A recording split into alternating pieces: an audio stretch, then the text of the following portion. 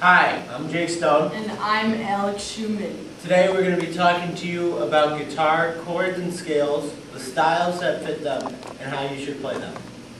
Now Alex and I, we're going to go through 3 genres that are very common in guitar and bass. And we're going to explain the chords and scales that go with them, how they fit them, and then we'll play a song from that genre to display how that works. Now the 3 genres that we're doing, Alex, are funk, rock, and blues. And so for rock, we're going to play Crazy Train for you, a Ozzy Osbourne hit, guitarist Randy Rhoads. For funk, we're going to do It's Your Thing by the Isley Brothers, a very popular hit used in many commercials. And for blues, we're going to do blues classics, Texas Flood by W.C. Davis and made famous by Stevie Ray Vaughan. So without any further ado, let's go on to the rock section. Okay.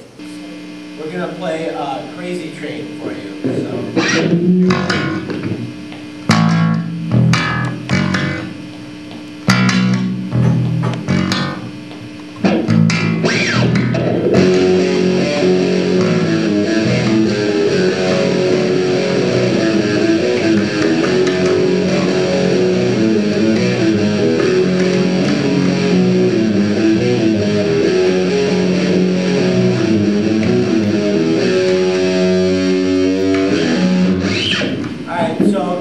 Crazy Train, and we just did the beginning because it shows a good example of the A major Ionian mode, which Randy Rhoads prefers to use in most of his songs. A major mode.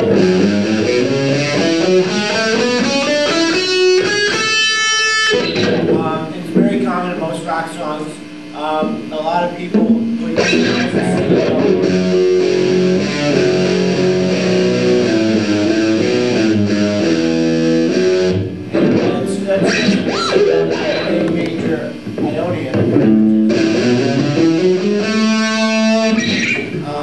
so it's pretty basic. Alex will explain the bass line. Also, for bass guitar, a lot of the rock bass lines do not use a slapping technique. They use a 2-finger plucking technique, and so it's not very complex on the right hand, but for your left hand it moves quite faster, as an example.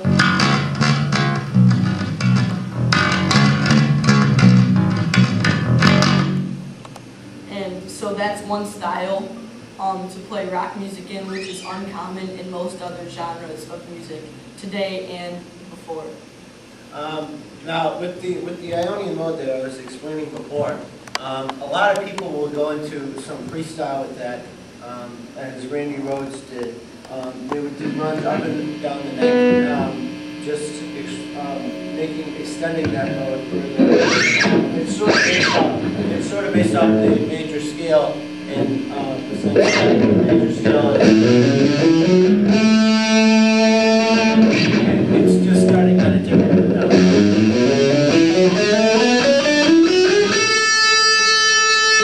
And so a lot of people will make scales and modes off of that.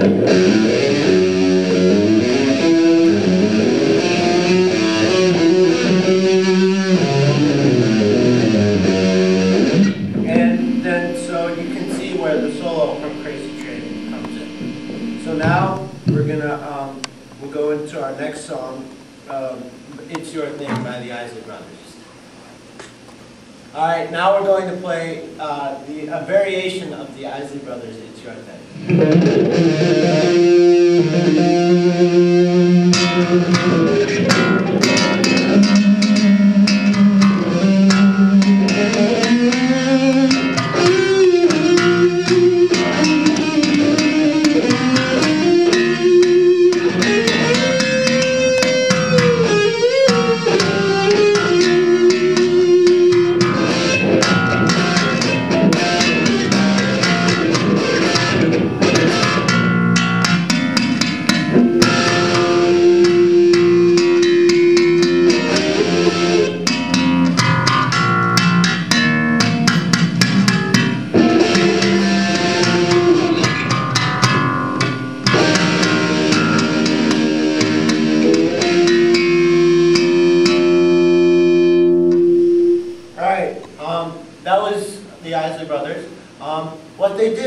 they did in the beginning was they sort of took this E flat major scale and they just started making hammer-ons.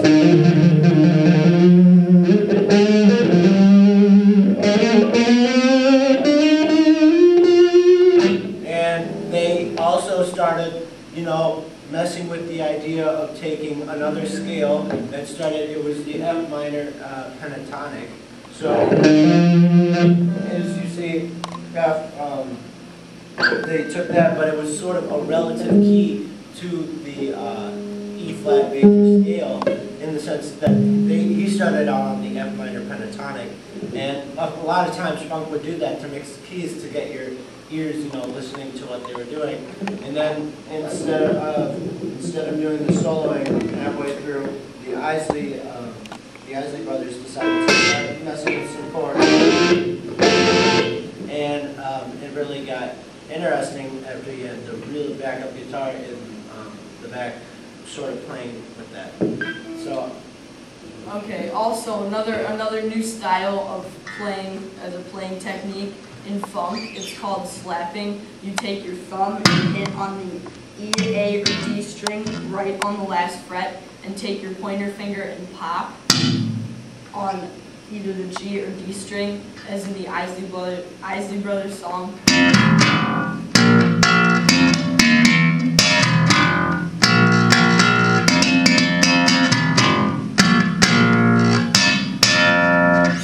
Combining that technique of thumb and pointer finger, called slapping or popping.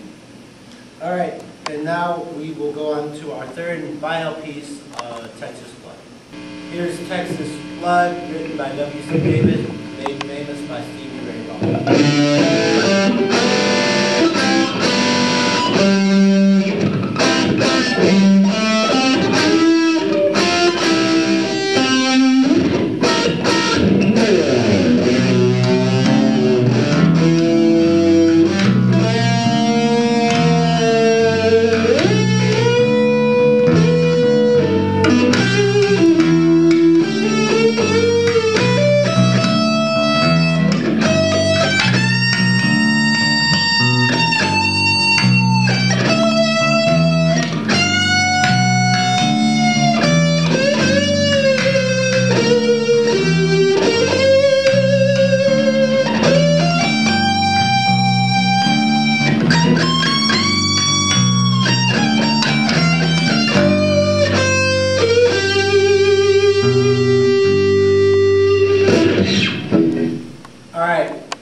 In Texas Flood, W.C. Davis is taking the E minor pentatonic, which is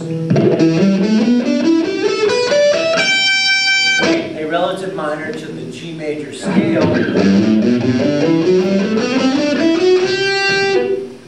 and he's combining the E minor pentatonic with the G minor pentatonic, since they're relative keys, make an interesting sound, with the bass line still playing in the E minor pentatonic.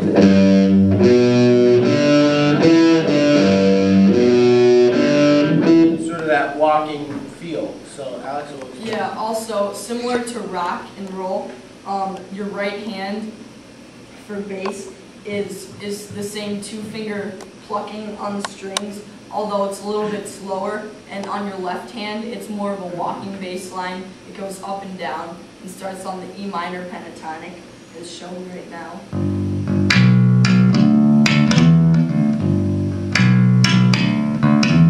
Kind of just going up and down the neck in a small area, at a normal pace, so it's pretty cool. Yeah, and a lot of these things are really based around the idea of a bass coming in and being the rhythm to the drums, and the drums will keep they're pretty different in each section. So the drums, you know, in rock and roll, they'll have that, you know, a lot of tom-toms and hi-hats and crash cymbals and stuff like that. And in funk, it's a lot based on the snare and the hi-hat. And then in blues, you have a lot of the bass drum kicking in, and that's really important because you get that rhythm that you need to keep up with.